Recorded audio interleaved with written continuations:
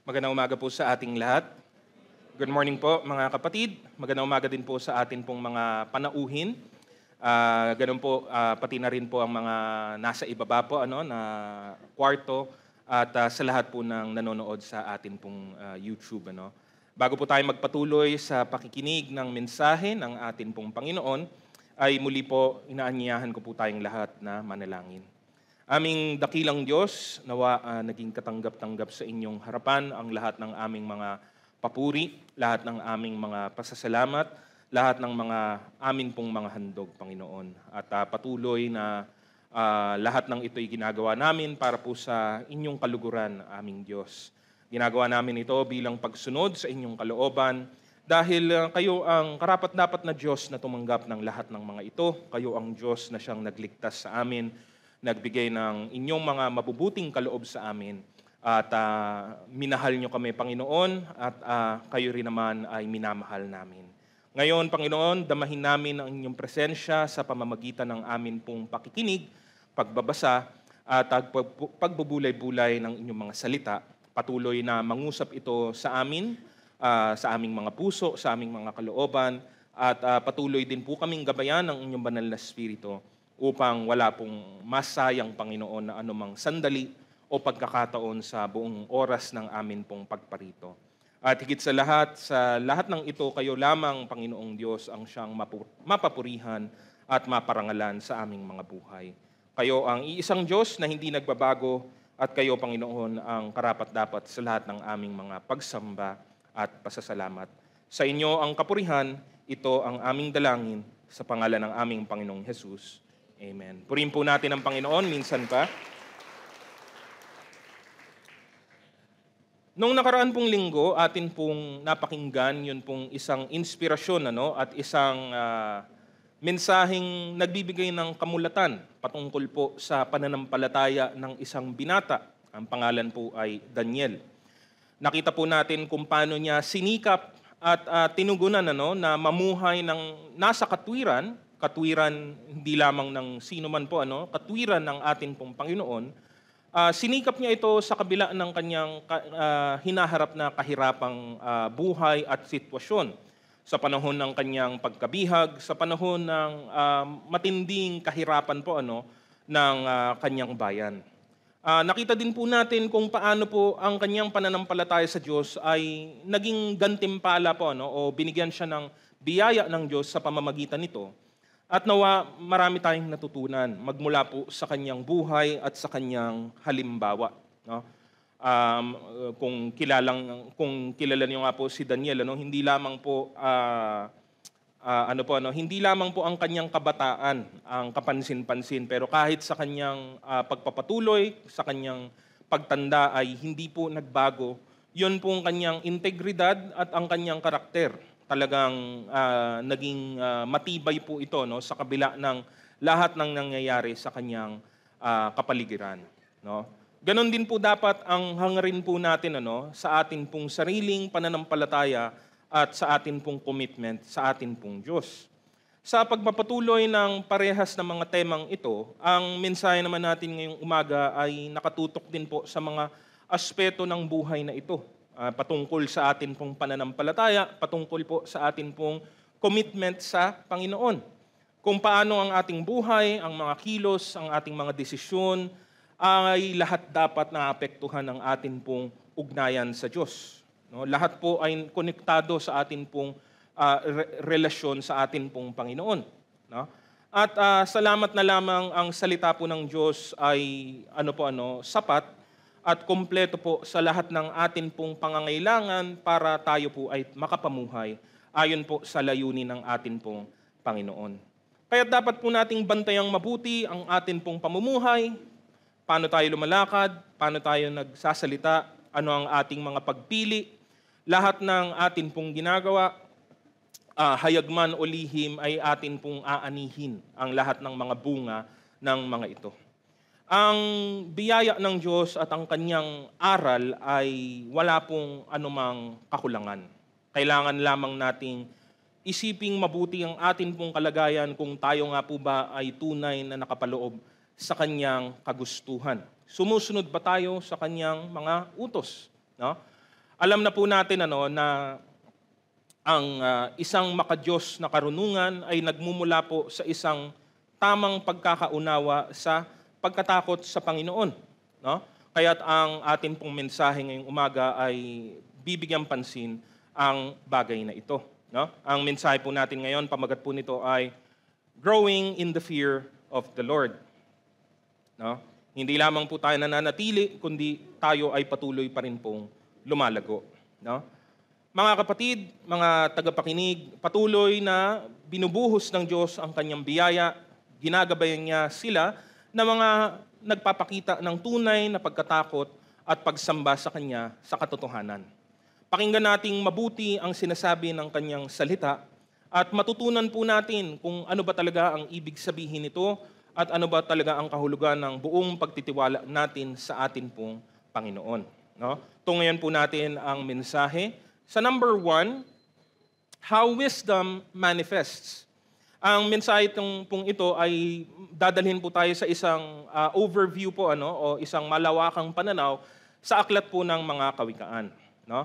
Masasabi po natin na ang aklat ng kawikaan sa Biblia, sa Lumang Tipan, ay napaka-espesyal sa isang sense po na ito po ang buong tema ng buong aklat na ito ay katuruan para sa maayos na pamumuhay, no? Hindi lahat walang ibang wala pong ibang aklat sa Biblia na masasabi po nating iisa lamang po ang layunin o tema.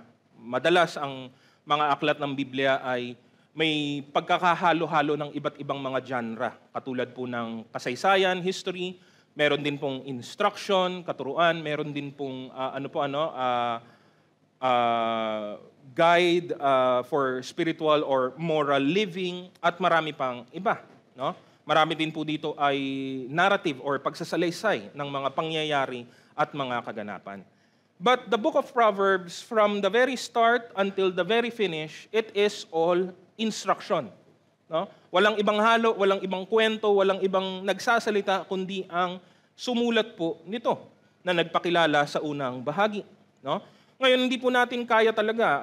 Ang Proverbs po ay may mahigit 30 chapters po, at hindi po natin kaya itong ubusin sa loob ng siguro kahit ng isang araw po, pero titignan po natin yung kabuuan ng pinapahayag po, yung basis ng pinapakita po ng kawikaan, at makikita po natin yan basahin po natin magmula po sa Aklat ng Kawikaan, Kabanata 1, talatang 1 hanggang 7. At ito po ang mababasa po natin dito. Sabi po, ito ang mga kawikaan ni Solomon na anak ni David, hari ng Israel. Sa pamamagitan ng mga kawikaang ito, magkakaroon ka ng karunungan. Maitutuwid mo ang iyong ugali at mauunawaan mo ang mga aral na magbibigay sa iyo ng karunungan. Sa pamamagitan din nito ay magiging disiplinado ka dahil itinuturo nito ang matuwid na paraan ng pamumuhay, mabuting pag-uugali, paggawa ng tama at pagiging makatarungan. Makapagbibigay ito ng karunungan sa mga walang kaalaman at sa kabataan ay magtuturo ng tamang pagpapasya. Sa pakikinig nito, ang marunong ay lalong magiging marunong at ang may pinag-aralan ay magiging dalubhasa. Upang maunawaan nila ang kahulugan ng mga kawikaan, mga talinhaga at mga bugtong ng marurunong. Ang pagkatakot sa Panginoon na may paggalang ang simula ng karunungan. Ngunit sa hangal, walang halaga ang karunungan at ayaw niyang maturuan upang maituwid ang kanyang pag-uugali. No? In essence, ang talatang 7 ang siyang nagtuturo ng lahat ng patungkol sa konteksto ng sinasabi ng buong aklat na ito. No?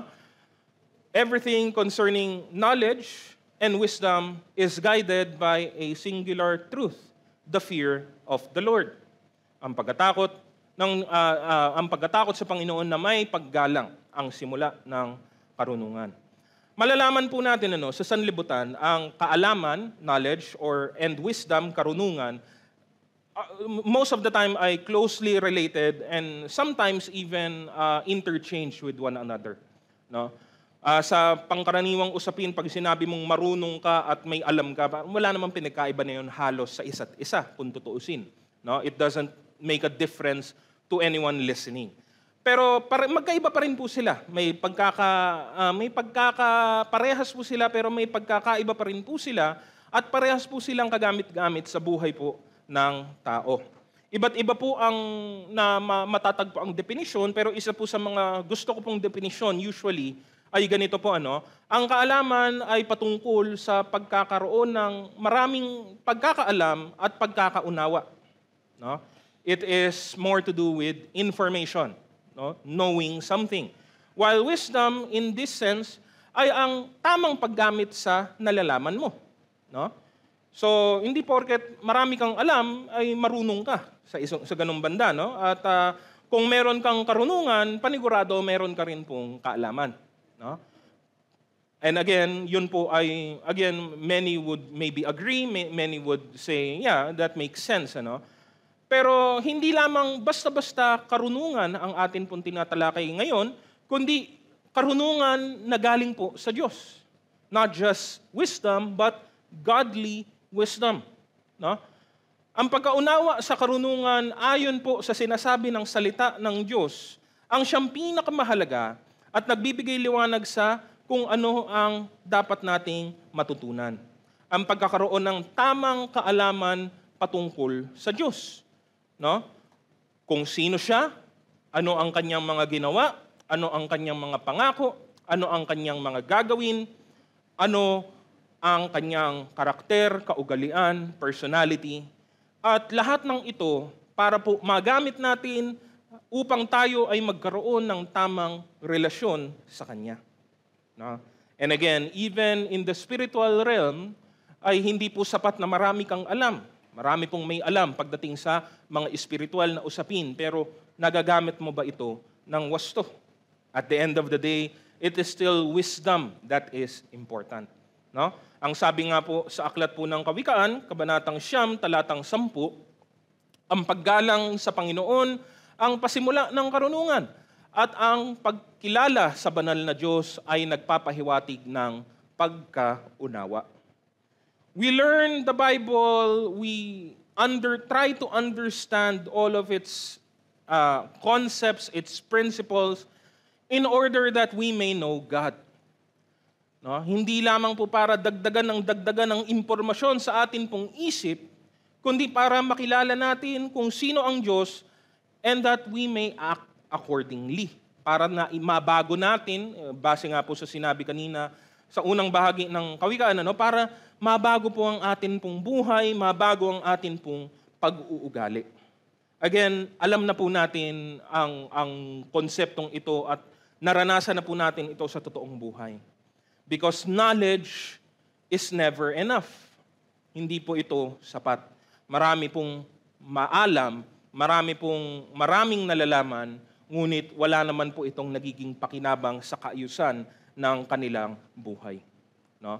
At ganon din po ang atin pong nakikita po dito sa sinasabi po ng kanyang salita. No? How wisdom manifests, no? We see what is important. Letter A, the reverence and respect that rightfully belongs to God. No? Alam po natin ang ibig lamang pong sabihin ng pagkatakot po sa Panginoon o pagkatakot po sa Diyos ay nagbabase po sa pinaka-simple, sa pinaka-mababaw po, ganito po natin siya pwedeng makita.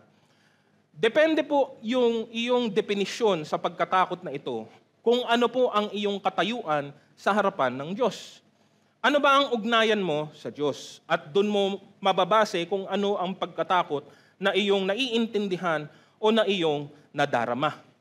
For someone who is far away from God, from someone who rejects God, from someone who does not know God personally or in an intimate way, ang pagkatakot niya sa Diyos ay isa lamang po ang kababagsakan.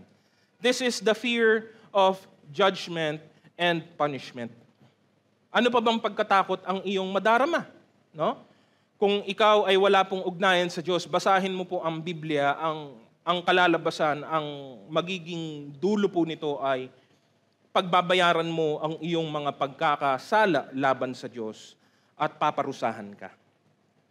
And yes, nakakatakot po yun. Tunay na nakakatakot naman po talaga ang parusang ito ng Panginoon. No? Ultimately, it falls into that separation, the eternal separation of a person from God. Sabi po sa Lucas 12 verse 5, sasabihin ko sa inyo kung sino ang dapat ninyong katakutan. Katakutan ninyo siya na pagkatapos pumatay ay may kapangyarihang ding magtapon sa impyerno. Sinasabi ko sa inyo, ang Diyos ang dapat ninyong katakutan. No? Pero para po sa nasa kabilang banda, ang mga tumatawag sa Diyos ng Ama, ang mga sumasampalataya sa Kanya. Ang pagkatakot na ito ay hindi po takot na maparusahan, takot na mapapagalitan. Ang pagkatakot na ito ay nagpapakita sa paraan ng paggalang, sa paraan ng pagrespeto, sa paraan ng pagkamangha, sa paraan ng pagbibigay pugay sa kung sino ang Diyos at ano ang Kanyang ginawa. For the believer, it is the reverence for Him who is Creator and Sustainer of all of us. No? Dahil siya lamang naman talaga ang Diyos na may gawa ng lahat ng ito. No? Karapat dapat, again, paulit-ulit po nating maririnig at mababanggit ang salitang ito. No? Karapat dapat, worthy ang Diyos. Inaawit po natin yan kahit sa ating mga awitan. Ano? Karapat dapat siyang tumanggap. And sometimes that's the most simple explanation. No? Bakit kailangan natin gawin to? Bakit kailangan ganyan? Bakit ganitong buhay? Kasi ang Diyos ang dahilan bakit tayo nandito. Ang Diyos ang dahilan bakit tayo nabubuhay. Ang Diyos ang dahilan bakit tayo naligtas. Ang Diyos ang dahilan kung bakit tayo nakakapagpatuloy. No? The reverence and respect worthy of God. Sabi po sa Hebreo 12:28 hanggang 29. Kaya magpasalamat tayo sa Diyos dahil kabilang na tayo sa kaharian niya na hindi nayayanig. Sambay natin siya sa paraang kalugod-lugod na may takot at paggalang sa Kanya. Dahil kapag nagparusa ang ating Diyos, ito ay parang apoy na nakakatupok. No? Pinapahiwatig dito kung anong dapat nating madama, anong dapat nating ipakita, how we are to interact with the holy and eternal God. Hindi tayo takot, basta-basta. Hindi tayo parang ninenervyos na para bang may kaharap kang tao na alam mong mainitin ang ulo. Alam mo yung may kakilala ka, may kaibigan ka, may kasamahan ka na mabilis, maikli po ang anong tawag po doon? Mabilis pong magliyab, mabilis pong sumabog, no? Na parang kanina lang nakatawa, may nasabi ka lang na tagilid, galit na, no? May mga ganun pong tao, no? Hindi po ganun ang Diyos, no? 'Di ba?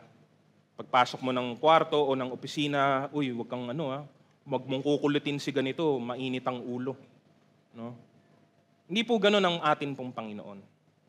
Na para bang, alam mo yon, para bang nagtitimpi lang siya, pigil na para bang pag nasagi mo ng konti, bigla kang papasabugin. Hindi po. Hindi ganun ang dapat nating nadarama sa atin pong Panginoon.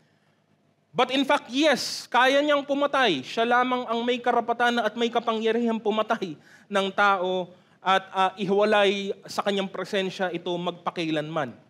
No? But He is not harsh. He is not rude.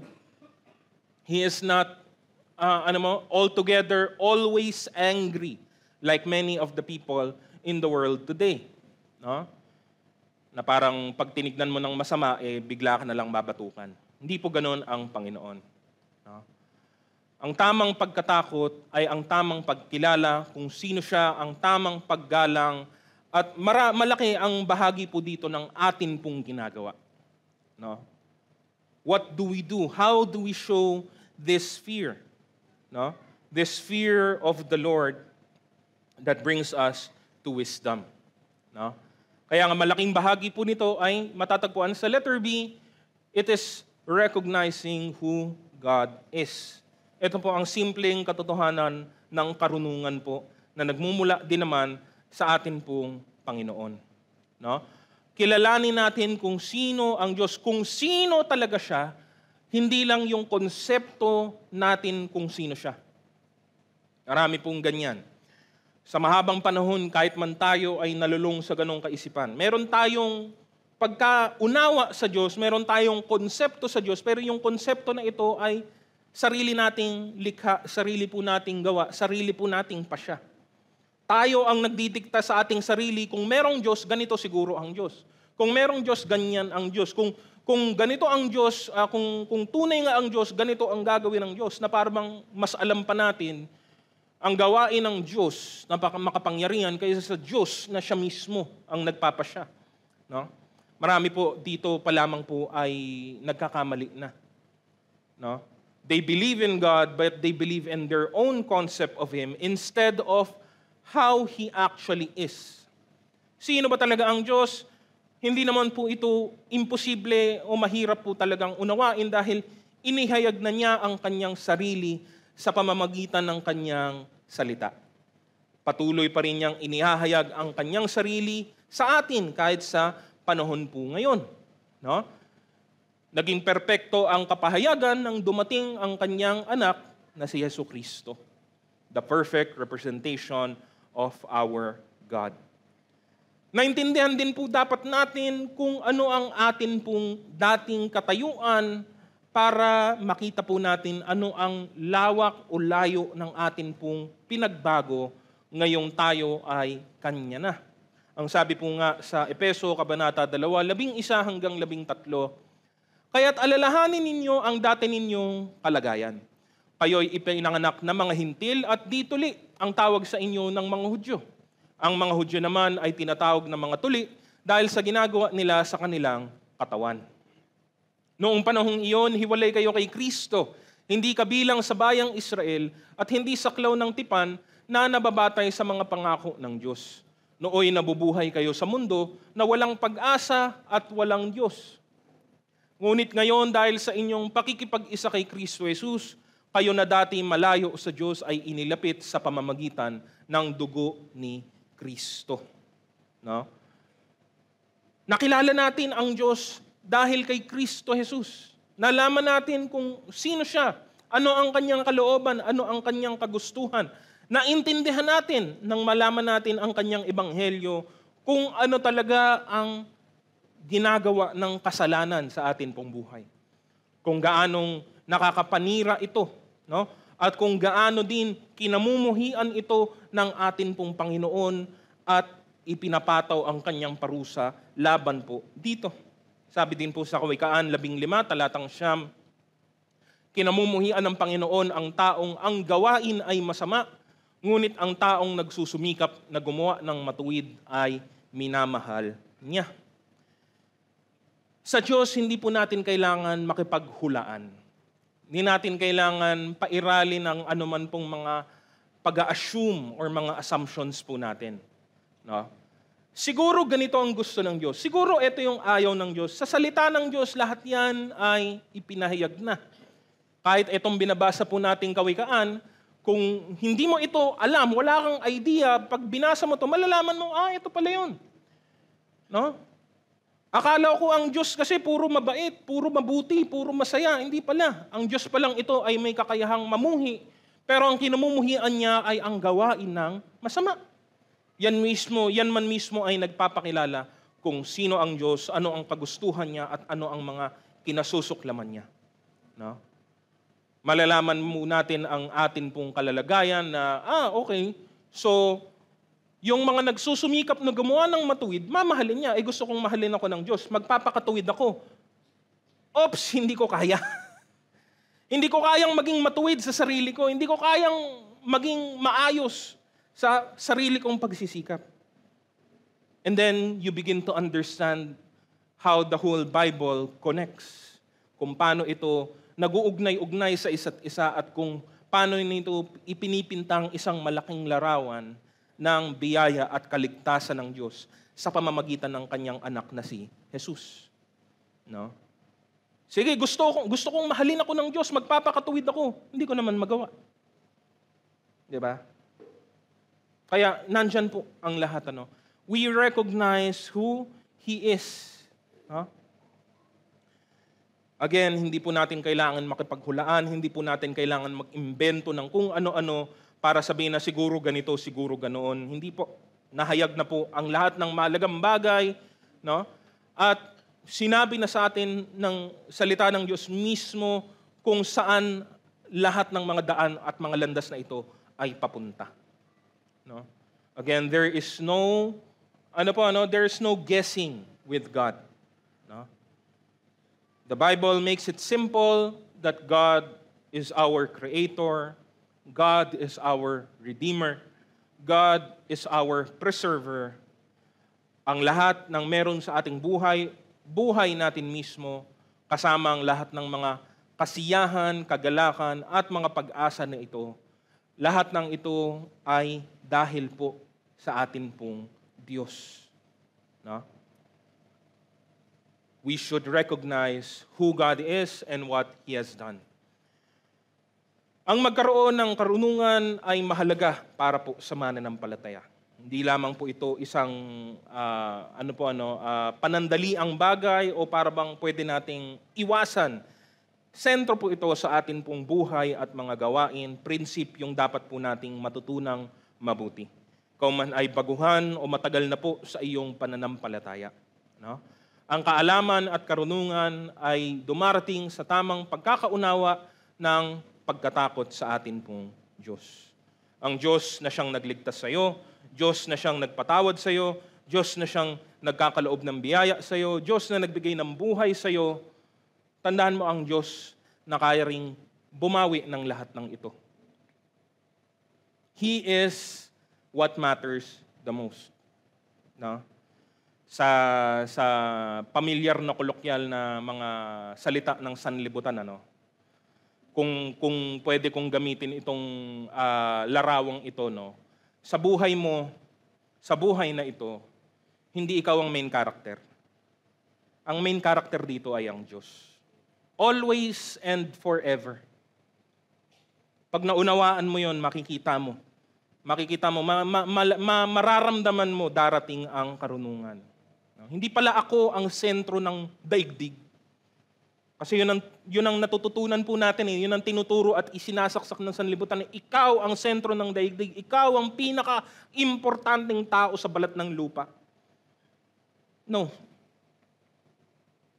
You're not even the most important in Metro Manila. Hindi nga ikaw ang pinakamahalaga kahit sa Caloocan City siguro. Hindi man ako. Wala man sa atin. Walang sino man sa atin ang pinakamahalaga. No. Yun po ang tamang pagkakaunawa.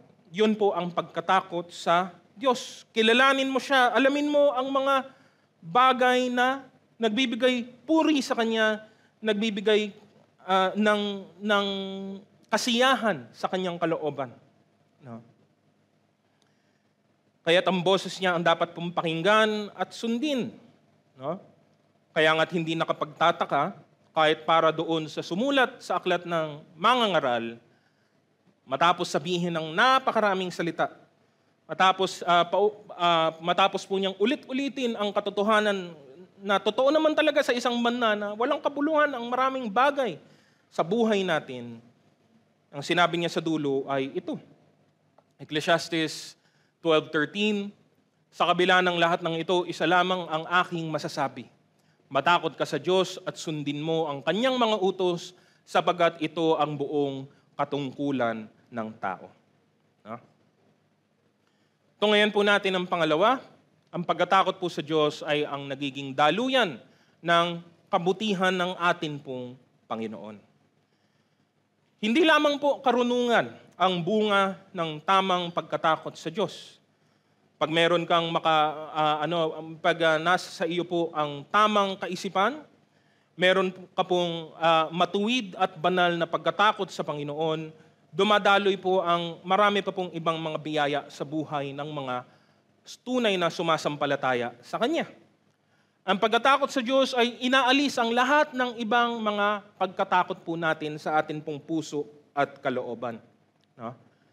Ang galing po pag natakot ka po sa Diyos, nawawala po ang lahat ng ibang pagkatakot mo sa buhay. Ang pagkatakot mo sa kahirapan, pagkatakot mo sa karamdaman, sa sakit, Ultimo, alam po natin, alam po ng mga mananampalataya ito, ano po ang pinakakinakatakutan ng maraming tao? Kamatayan. Ultimo, ang pagkatakot sa kamatayan ay napapawi kung ikaw ay may pagkatakot sa atin pong Diyos. No? Sila na mga may tunay na pagkatakot sa Kanya ang siyang humahanap ng Kanyang kalooban. No? Sila ang siyang inaalam at kinikilala siya ng masinsinan. No? At pinakamahalaga, ginagawa kasi nila ang Kanyang kalooban. Ano po ang mga iba't ibang mga pagpapalang dumadaloy dahil sa tunay na pagkatakot sa Diyos? Letter A, dinidinig tayo ng Diyos at tayo ay Kanyang inililigtas. No? Sabi po sa aklat po ng Awit 34, 15 hanggang 17, ang mga mata ng Panginoon ay nakatitig sa mga matuwid at ang Kanyang mga pakinig ay nakabukas sa kanilang daing. Ang mukha ng Panginoon ay laban sa kanila na nagsisigawa ng kasamaan upang ihiwalay ang alaala sa kanila sa lupa. Ang matuwid ay nagsidaing at dininig ng Panginoon at iniligtas sila sa lahat nilang mga kabagabagan. No?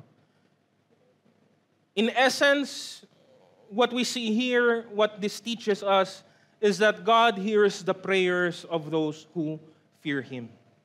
God will be near them in their time of need. Hindi lang siya magiging malapit sa oras ng kanilang pangangailangan, pero ang pangako ay nandun din ang Kanyang pagtulong upang sila ay iligtas sa lahat ng kanilang mga problema. No? He saves those who fear Him and those who do what is pleasing to Him. Ngayon, bago pa po tayo makalayo, remember, alalahanin po natin, mga mananampalataya, pinagkaloob na po ng Diyos sa atin ang pinakadakilang kaligtasan na maaari po nating tanggapin sa buhay na ito. Dahil tayo po ay iniligtas na po niya, magmula po sa kapangyarihan at magmula po sa kabayaran ng kasalanan. Before we say anything else, before we even speak out in objection, dahil yun po minsan ang nakakaligtaan kahit ng mga mananampalataya. No. Kung totoo yan, bakit bago ka pa po magbukas ng iyong bibig? Alalahanin mo ang pagpapatunay ng mga salitang ito sa pamamagitan ng ginawa ng ating Panginoong Hesukristo. Sabi po sa Colossus Kabanata 1:13 hanggang 14, iniligtas niya tayo sa kapangyarihan ng kadiliman at inilipat sa kaharian ng Kanyang minamahal na anak, na nagpalaya at nagdulot sa atin ng kapatawaran sa ating mga kasalanan. That's the real problem. That's the real issue. That's the most important issue to answer, and it has already been solved for us. Tapos na po. Wala na pong follow-up po dito. Wala na pong kailangan pang idagdag dito sa bagay na ito. No? Pero kahit matapos nating tanggapin ang hindi lubos maunawa ang biyaya ng kaligtasan, patuloy pa rin na ang Diyos natin ay siyang inilalapit ang Kanyang pandinig sa kanila na patuloy na nangatatakot sa Kanya.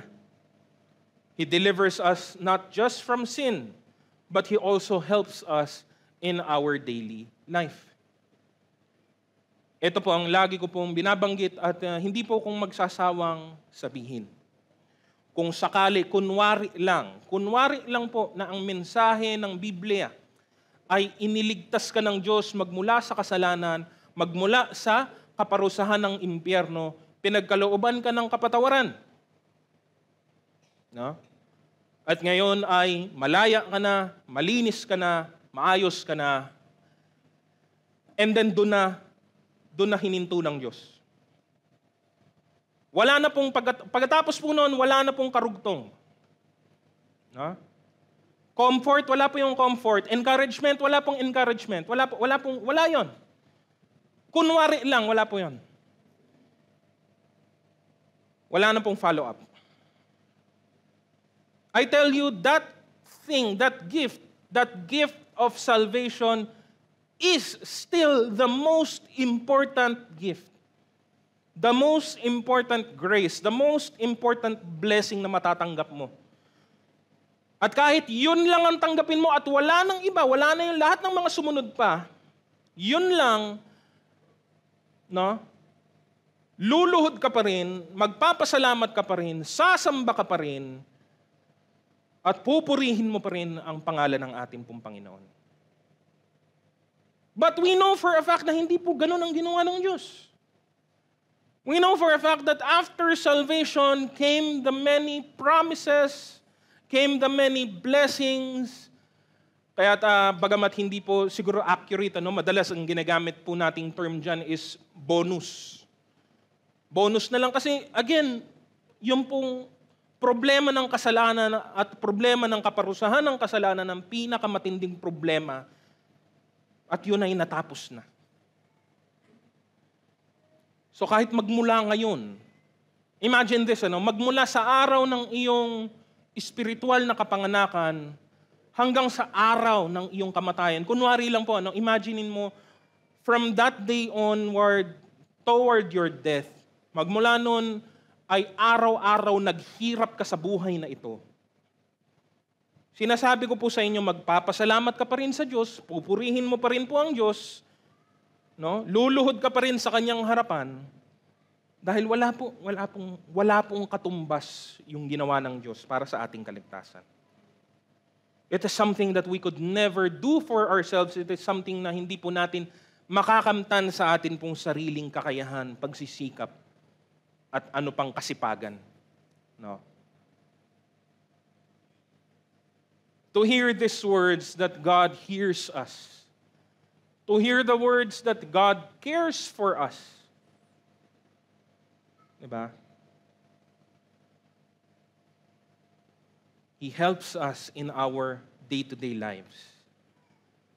Those who call upon Him can rest confidently, comforted by the fact that God hears us, God saves us, God helps us, and God answers our call. No? Sabi po sa awit 145 verse 19, Kanyang tutuparin ang nasa nila na nangatatakot sa Kanya. Kanya ring didinggin ang kanilang daing at ililigtas sila. No? He hears us and He saves us. Karugtong po nito, letter B, He provides for all our needs. Sabi naman po sa Psalm 34 verse 9 to 10, O matakot kayo sa Panginoon, kayong kanyang mga banal, sapagkat ang mga natatakot sa Kanya ay hindi magkukulang. Ang mga batang leon ay nagkukulang at nagugutom, ngunit silang humahanap sa Panginoon, sa mabuting bagay ay hindi nagsasalat. Those who fear the Lord will lack no good thing, because the Lord is faithful and generous. No? He is a provider. No? Ang Diyos ang pinagmumulan ng lahat ng mga mabubuting bagay. At ang mga taong matatagpuan na nasa piling niya ay hindi po pagkukulangin kahit kailan. No?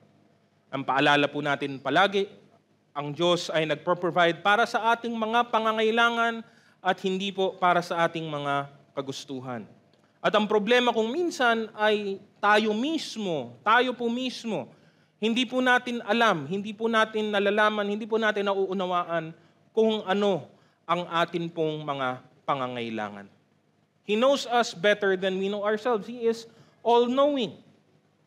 No? Kaya nga ang napakahalagang punto din po dito ay ang pagtitiwala po sa Kanya. At yun po ang susi sa pagtanggap ng Kanyang mga biyaya. Malawak po ang agwat ng atin pong mga kagustuhan sa atin pong mga pangangailangan. No?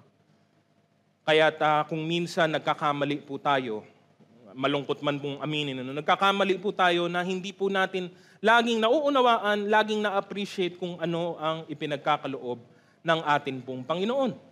Lalong-lalo na syempre ang hindi na-appreciate mas lalo ang mga provision sa atin pong mga pangangailangang hindi po pisikal. No? Walang makakaisip sa atin sa sanlibutang ito, sa sekular na kaisipan.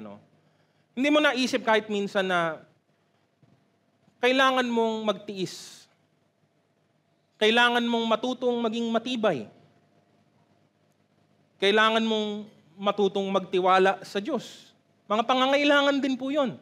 Siyempre, ang sukatan po natin ng pangangailangan laging, laging mga tangible na mga bagay lamang.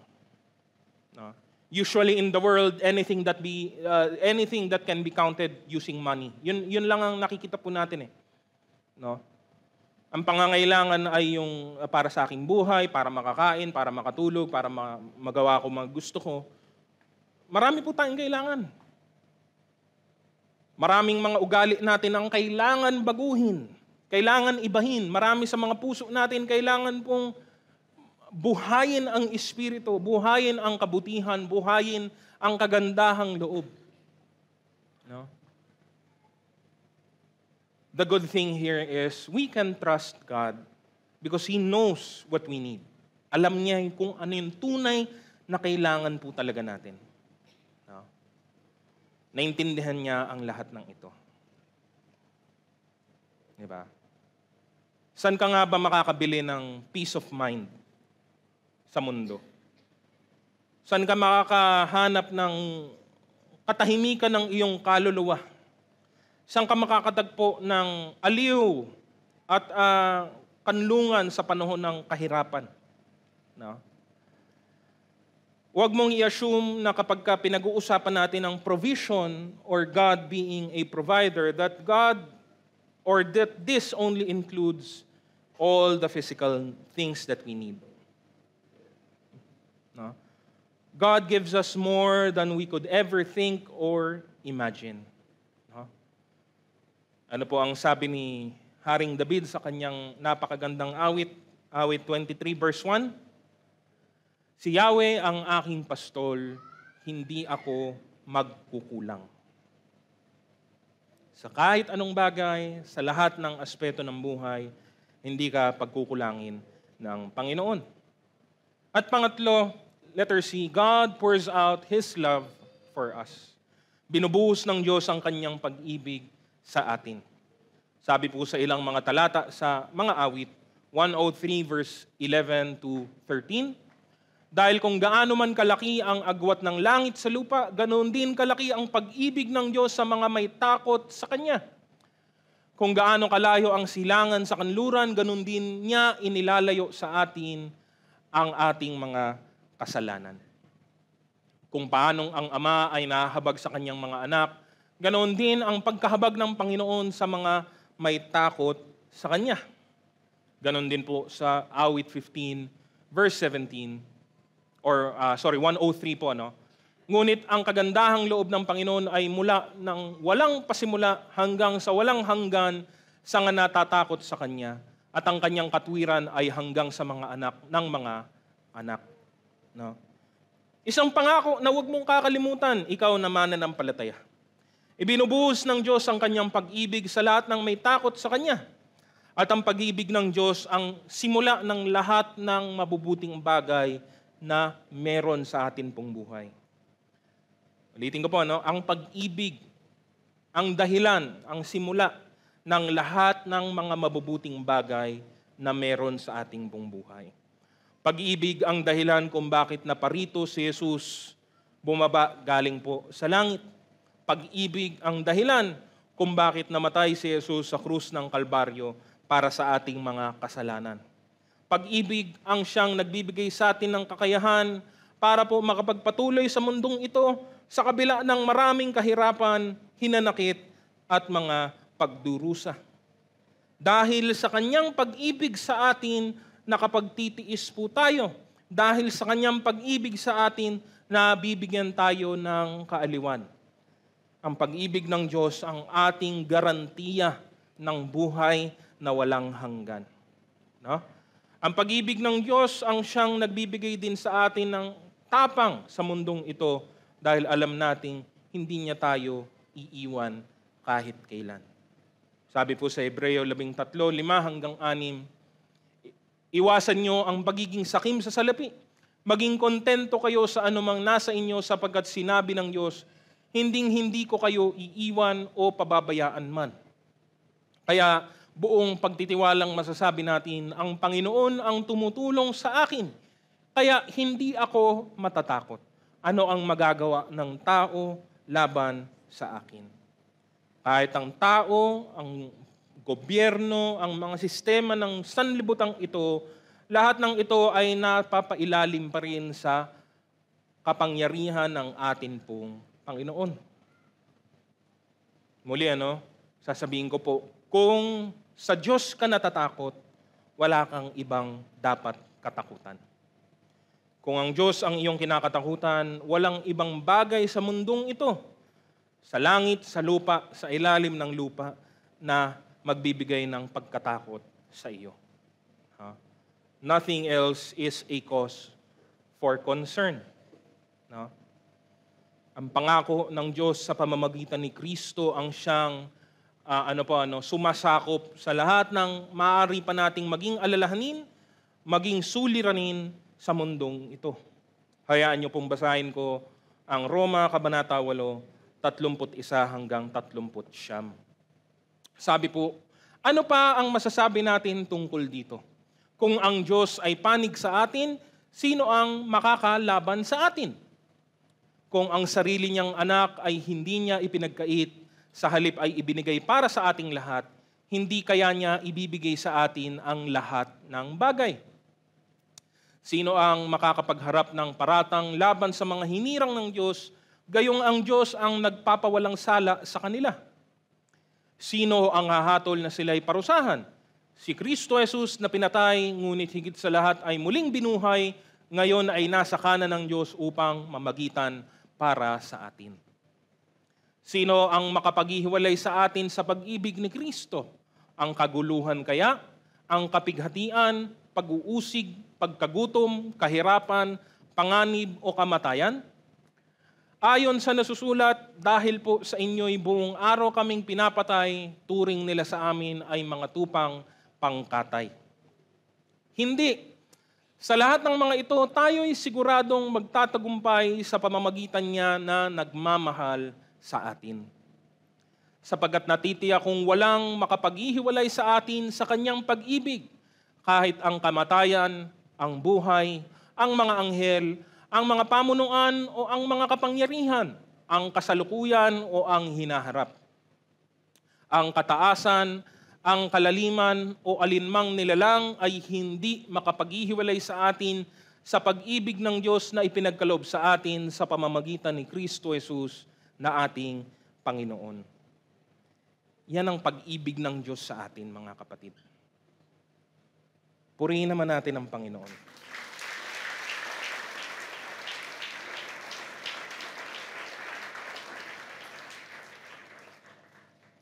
Pero makikita po ninyo ang mga tema at mga punto ni Apostol Pablo na siyang nagsulat nito. So pwede pala yun. Pwede pala na merong kahirapan, merong pagdurusa. Pwede pala yun, pwede palang may kagutuman, may kaguluhan.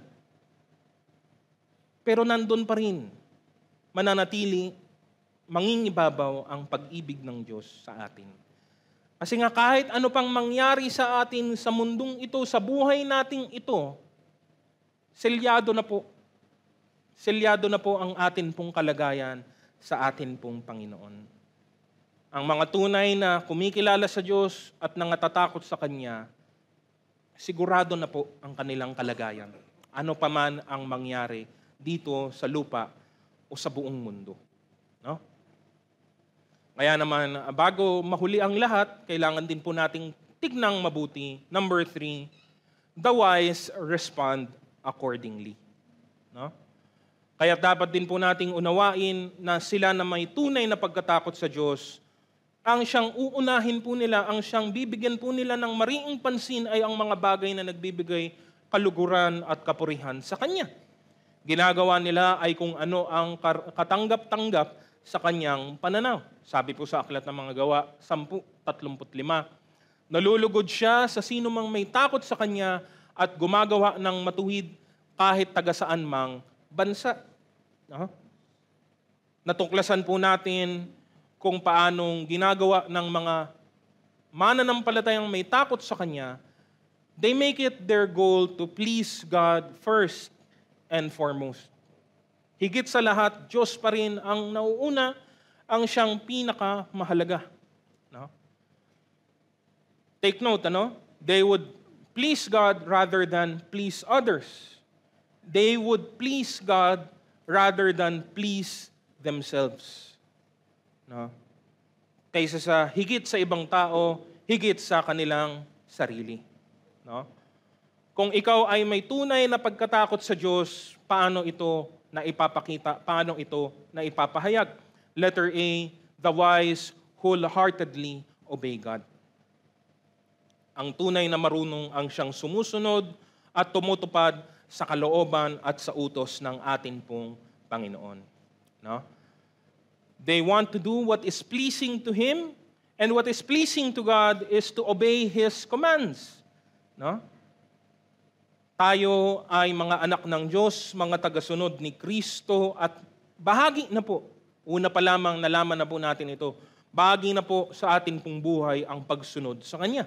Sabi po sa unang Juan Kabanata 2:3 hanggang 6, nakakatiyak tayong nakikilala natin ang Diyos kung sinusunod natin ang Kanyang mga utos. Ang nagsasabing nakikilala ko siya, ngunit hindi naman sumusunod sa Kanyang mga utos ay sinungaling at wala sa Kanya ang katotohanan. Ngunit ang tumutupad sa salita ng Diyos ay umiibig ng wagas sa Diyos. Sa ganito, nalalaman natin na tayo'y talagang nasa Kanya. Sino mang nagsasabing nananatili siya sa Diyos ay dapat mamuhay tulad ng pamumuhay ni Jesucristo. No? Kasama sa lahat ng pagpapakilala na ginawa ng Diyos sa pamamagitan ng Kanyang salita, ibinigay din niya sa pamamagitan nito ang Kanyang kalooban, ang Kanyang mga instruction, upang tayo ngayon ay makapamuhay ayon sa Kanyang kagustuhan, upang ating gawin ang nararapat sa Kanyang harapan. No? Nagsimula ang ating buhay espiritual sa pamamagitan ng pananampalataya, pero tandaan ninyo, hindi po iyon doon nagtatapos. Idinaragdag natin sa ating pananampalataya ang pagsunod sa Diyos, at doon lamang po natin mapapatunayan ang tunay talaga ang ating pananampalataya sa Kanya. Sabi din po sa Santiago, Kabanata 1, 22 hanggang 25, mamuhay kayo ayon sa salita ng Diyos. Kung ito ay pinapakinggan lamang ninyo, ngunit hindi isinasagawa, dinadaya ninyo ang inyong sarili. Sapagkat ang nakikinig ng salita, ngunit hindi sumusunod dito, ay katulad ng isang taong tumingin sa salamin, at pagkatapos tingnang mabuti ang sarili ay umalis at kinalimutan ang kanyang itsura. Ang taong nagsasaliksik at nagpapatuloy sa pagsunod sa kautosang ganap na nagpapalaya sa tao ang pagpapalain ng Diyos sa lahat ng kanyang gawain. Siya ang taong gumagawa at hindi nakikinig lamang, at pagkatapos ay nakakalimot. No? But remember, to be able to do this, to be able to accomplish this task, we must remember that obedience is not only dependent on our duty. No? Bagamat yes, ito'y bahagi ng atin pong katungkulan, pero nangingibabaw din po dito ay dahil po sa atin pong pag-ibig sa Diyos. Diba? Ito po lagi ang balanse po ng obligasyon at pagmamahal. Mahalaga po na maintindihan natin that yes, it has become our duty. Obligado ka na gawin ito, pero hindi lamang siya purong obligasyon. Ito din ay nagmumula sa bukal ng atin pong kalooban at puso, dahil kinikilala nating mahal tayo ng Diyos, at ang sagot naman natin sa pagmamahal ng Diyos ay pag-ibig din naman. Mahal niya tayo at minamahal natin siya. Kaya ang pag-ibig natin sa Diyos ang siyang nagbibigay ng kakayahan para atin pong masunod ang kanyang kalooban. 'Di ba? Kung mahal mo siya, nanaisin mong gawin ang mga bagay na nagbibigay kaluguran sa kanya. Sabi po sa unang Juan, Kabanatang 5, talatang 3, sapagkat ang tunay na umiibig sa Diyos ang tumutupad ng kanyang mga utos, hindi naman mahirap sundin ang kanyang mga utos. It is love and duty that go hand in hand so that we obey God. No? Wala pong sino mang makapagsasabi na siya ay sa Diyos kung siya naman ay hindi namumuhay ng may pagsunod sa Diyos. No? If we aim to live with the fear of the Lord, we should live to obey God. No? Hindi lang sa ilang bahagi, kaya nga po, they wholeheartedly, wala pong pagpipili, wala pong pagtatangi. Hindi lang sa parte, hindi lamang po sa iilan, kundi sa kabuuan. Yun po ang layunin ng mga sumasampalataya at may takot sa Kanya. Karugtong po nito, letter B, they dedicate themselves to God. No? Hindi po natatapos din ito sa pagsunod sa Diyos. No? Parang ang hirap naman po, no? I mean, higit pa ba doon yung hinihingi ng Diyos? Hindi pa ba sapat na sumusunod na ako sa Kanya? No? Kasi nga po, ang nagiging problema sa ganito, no, ang tao po ay malikhain. Ang tao po ay tuso. Ang tao po ay ubod ng kasamaan. No? Dahil nga, sasabihin niya, gagawan niya ng paraan, gagawan niya ng lulusutan kung saan tatakasan niya ang kautusan ng Diyos sa iba't ibang paraan. No? Kaya nga nabanggit ko, no, may mga tao sumusunod sa Diyos paminsan-minsan. No? Sumusunod naman ako sa Diyos. Pero hindi lagi. No? Iba naman ay sumusunod lamang sa Diyos kapag ka ito ay convenient sa kanila. Nagkataon na ito ay may karagdagan para sa kanila or it is to their advantage. No? Meron din namang sumusunod sa Diyos as long as yung pagsunod nila sa Diyos ay hindi po nakakahadlang sa mga personal nilang interest.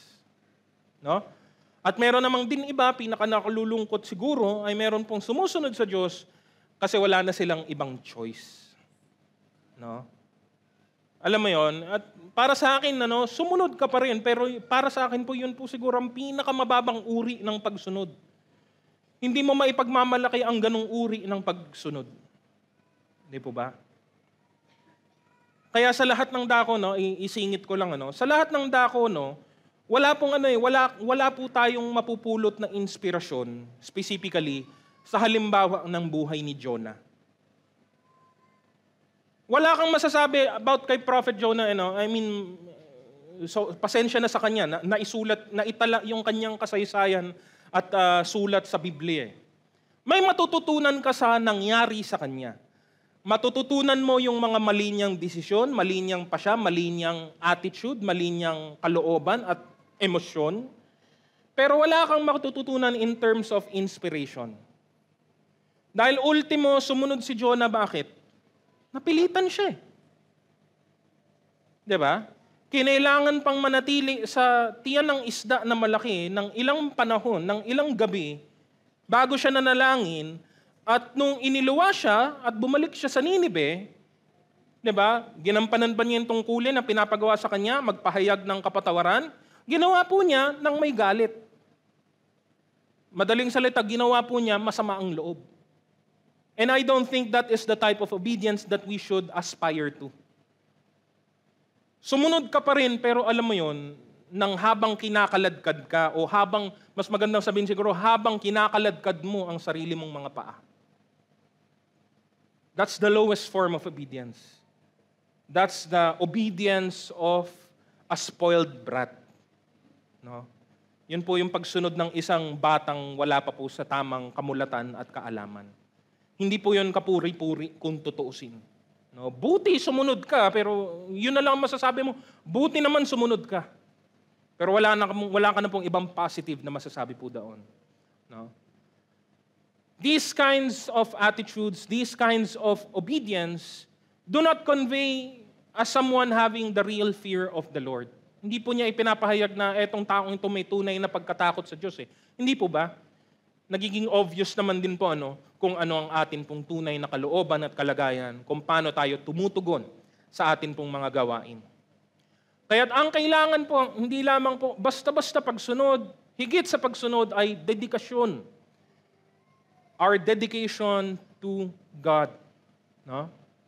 Tayo mismo sa ating sarili, dinededicate natin ang ating sarili sa Diyos kinocommit natin kung nagawin kung anong ang kalugod-lugod sa kanyang harapan.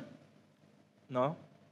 Dito nahihiwalay yung may mga mabubuting intensyon, may mga magagandang hangarin, nahihiwalay sila sa kanila na gumagawa at sumusunod talaga ng kanyang kalooban. No? Hindi lamang ito paminsan-minsan, hindi lamang ito panapanahon, ito ay palagian. At iyon naman talaga ang katanggap-tanggap at karapat-dapat sa ating Panginoon. It is what God is worthy of. No? Ano ang utos? Sabi po sa Matthew 22:37-38, sumagot si Jesus, ibigin mo ang Panginoon mong Diyos ng buong puso, ng buong kaluluwa at ng buong pag-iisip. Ito ang pinakamahalagang utos. Sinabi na rin ng ating Panginoong Jesus kung anong dapat gawin ng mga nais sumunod sa Kanya, Lucas 9:23. At sinabi niya sa kanilang lahat, ang sino mang nagnanais sumunod sa akin ay kinakailangan itakwil niya ang kanyang sarili, pasanin araw-araw ang kanyang krus, at sumunod sa akin. No? People who fear the Lord truly dedicate themselves to Him. Pag dedicated po, all of the time po yan eh. No? Forevermore. No? Hindi po yan, wala po yan binibilang o tinitig ng panahon, pagkakataon, sitwasyon. It is all of the time. At panghuli, letter C, they truly hate sin. No? Tunay na kinamumuhian mo rin ang anumang uri, anumang bahagi ng kasalanan. Sabi po sa Kawikaan 8:13, ang may takot sa Panginoon ay lumalayo sa kasamaan. Namumuhi ako sa kapalaluan, kayabangan, pagsisinungaling, at masamang pag-uugali. No? Napakinggan na po natin kanina, no? Kinamumuhian ng Diyos ang kasalanan at ang lahat ng gumagawa din po nito. Sin stands in full opposition to the character and the attributes of God. Kaya't hindi po mahirap sundan na kung sinong may takot sa Diyos ay dapat ding matutunan na kamuhian ang kasalanan. Dahil ito naman talaga ang kasamaan sa mata ng atin pong Panginoon. Itong kagandahan, no? Pag nalaman mo, naintindihan mo ang salita ng Diyos, nalaman mo ang kalooban ng Diyos, maunawaan mo rin kung ano ang kasalanan. At malalaman mo rin na ang kasalanan naman pala talaga ay isang kamuhi-muhing bagay. No?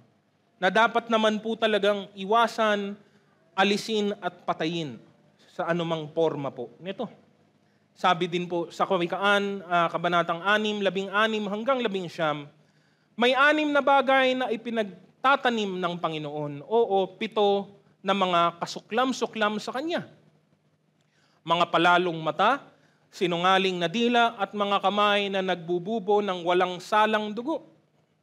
Puso na kumakata ng mga masamang akala, mga paa na matulin sa pagtakbo sa kasamaan, sinungaling na saksi na nagsasalita ng kabulaanan, at ang naghahasik ng pagtatalo sa gitna ng magkakapatid. The very things that run contrary to the nature and character of God. No? Ang kasalanan ay abomination sa mata ng atin pong Panginoon. Isang bagay na kasuklam-suklam. No? Hindi nakakagulat ngayon na tayo na tinawag na kanyang bayan, tayo na tinatawag na kanyang mga anak, ay dapat din pong kamuhian natin ang mga bagay na ito na laban sa atin pong Diyos. No? Pero ang nagiging problema natin lagi ay kung paano nga natin ito ipinapamuhay sa ating sarili. Madali pong kamuhian ang kasalanan na nasa ibang tao. Ang dali po nun, yun po ang pinakamadaling gawin. No? Gaya ng nabanggit ng salita po, ang dali po nating makita ang puwing sa mata ng iba, pero nakakaligtaan po nating tanggalin ang troso sa ating sariling mga mata. No? Ang unang hakbang sa pagkamuhi sa kasalanan ay una ang pag-amin ng ating sariling kasalanan. Wala pong malinis sino man po sa atin. Lahat tayo ay tanging nakatanggap lamang ng kapatawaran at kalinisan magmula sa atin pong Diyos. Lahat tayo ay makasalanan. Kailangan nating maging tapat sa harapan ng Diyos at sa atin pong sarili. No? At habang lumalalim ang pagkaunawa at pagkakilala natin sa Diyos, lumalalim din po ang pagkamuhi natin, hindi lamang sa kasalanan, kundi sa sarili nating mga pagkakasala. No? Sila na mga napalaya kay Kristo ang siyang magdedesisyon na umiwas na sa lahat ng uri ng kasamaan sa mata ng Diyos. Dahil ang kasalanan ang siyang naghihiwalay sa atin magmula sa Diyos, ang kasalanan ang siyang nag-aalipin sa atin. Ang kasalanan ang nagdala ng sakit, kalungkutan, kahihiyan, at kamatayan sa mundong ito. Ang kasalanan ang ugat ng lahat ng gera, labanan, hirap, pagdurusa, at kawalan ng hustisya. Ang kasalanan ang dahilan kung bakit may impyerno. No? Kinagagalitan natin ang mga bagay na magdudulot sa atin o sa ating mga mahal sa buhay ng anumang sakit o hapdi. Ba't hindi mo kagalitan ang kasalanan na siyang pinagmumulan ng lahat ng mga ito? No? Pag ginamit po natin yung salitang kasuklam-suklam, at yun po talaga ang nararapat, kasi dala-dala nito ang isang kaisipan ng pagkadiri. No? Yung kasuklam-suklam na bagay, ni tignan mo, ayaw mong tignan yan. Ni hawakan mo, mas lalong hindi mo hahawakan yan. No? Even the sight of an abomination is enough to make you sick and uneasy. Ganun po dapat nating tratuhin ang anuman at ang lahat ng uri ng kasalanan sa atin pong buhay. Sabi po sa Roma 12, talatang 9, maging tunay ang inyong pagmamahalan, kasuklaman ninyo ang masama at pakaibigin ang mabuti. Yan po ang buhay ng marunong. Yan po ang resulta ng karunungan ng Diyos sa buhay nating mga kumikilala sa Kanya. Sumusunod sila sa Diyos, dinededicate nila ang sarili nila sa Diyos at tunay na kinamumuhian din nila ang mga kinamumuhian ng atin pong Panginoon. Para po sa ating pagtatapos, makita natin ngayong umaga kung paano tayo patuloy na lalago sa pagkatakot sa Diyos sa ating mga buhay. Hindi ito paminsanan lamang o panandalian na bagay lamang. Ito ay pang-araw-araw na pamumuhay nang may kaisipan ng kung ano ba ang nagbibigay ng kaluguran sa atin pong Panginoon. Layunin dapat natin na bigyang karangalan ang Diyos anuman ang kaganapan, anuman ang atin pong sitwasyon, kasi nga pag dedicated ka po sa Diyos, yun po lagi ang nangingibabaw sa puso mo. No? Dapat nating gawin ang nararapat sa harapan niya at alisin ang anumang bagay na hindi po nagbibigay kaluguran sa Kanya. No?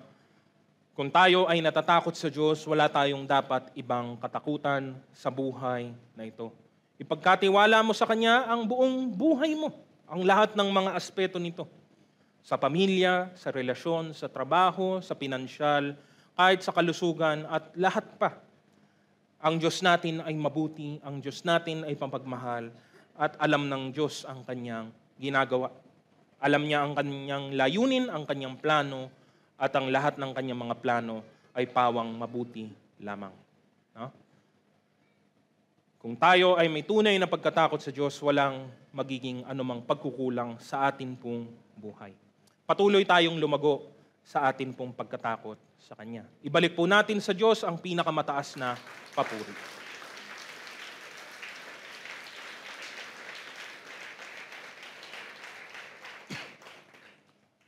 Tayo pong lahat ay tumayo na po at tayo po ay magtapos sa panalangin.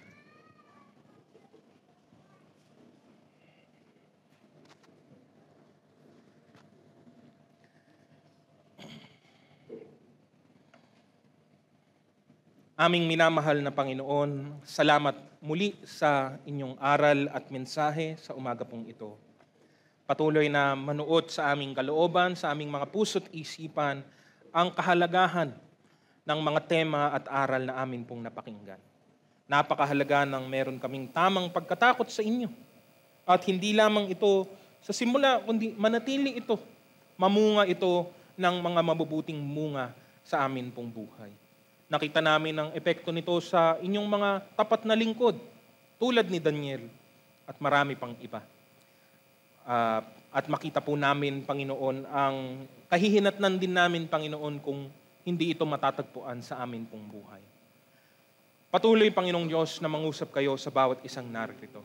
Patuloy na ipamuhay namin ang inyong kalooban sa lahat ng oras, sa lahat ng pagkakataon, anuman ang nangyayari sa amin pong kapaligiran.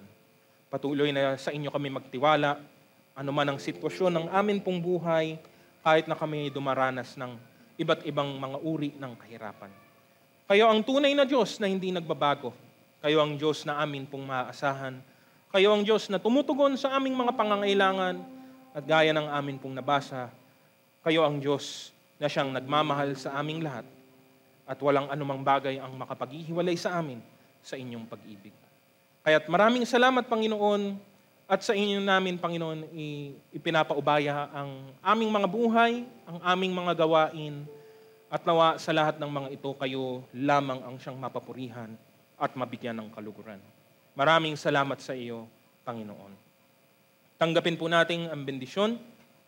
Ang Diyos na nagbibigay sa atin ng pag-asa ang magkaloob nawa sa inyo ng kagalakan at kapayapaan sa pananalig upang sumagana kayo sa pag-asa sa pamamagitan ng kapangyarihan ng Espiritu Santo.